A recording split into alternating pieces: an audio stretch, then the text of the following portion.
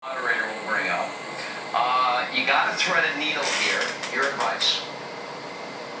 Well, I think he goes after Joe Biden and the connection. It's not so much about Hunter, but it's about Joe. Did he get money? Why did he get money? What did he know?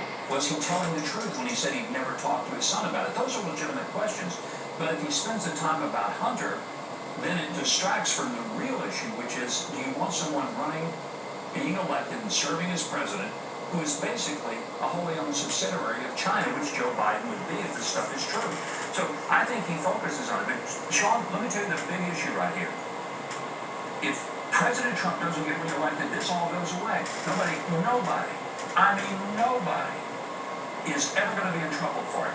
And so the number one thing that I pray we see is the reelection of Donald Trump. He'll do great in the debate. He's so good at this. I've been on the stage with him. Trust me, he's going to be fine. He's going to do fantastically well. But when he talks to the American people and reminds them why they should reelect him, I think that's the turning point in this entire election. And Dan, the governor's right about it being about Joe, because there is this picture now with Joe and the Kazakh oligarch that's involved in that part of the scandal. But there's also Joe leveraging $1 billion to fire a prosecutor, so zero experience Hunter doesn't get investigated and can keep making millions. Now, I'm not for a second believing Joe didn't know what he was demanding, and you got 6 hours to do it.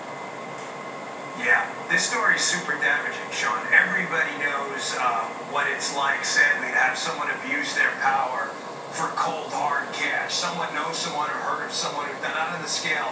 The Biden crime family did it. But that's a story that pretty much ticks off everyone. That's why the left, by the way, and the media are like, President Trump should stay away from it. That's a signal that he should definitely focus on it. But President Trump should do a couple things tomorrow. I'm not kidding you. I'm not saying this in jest.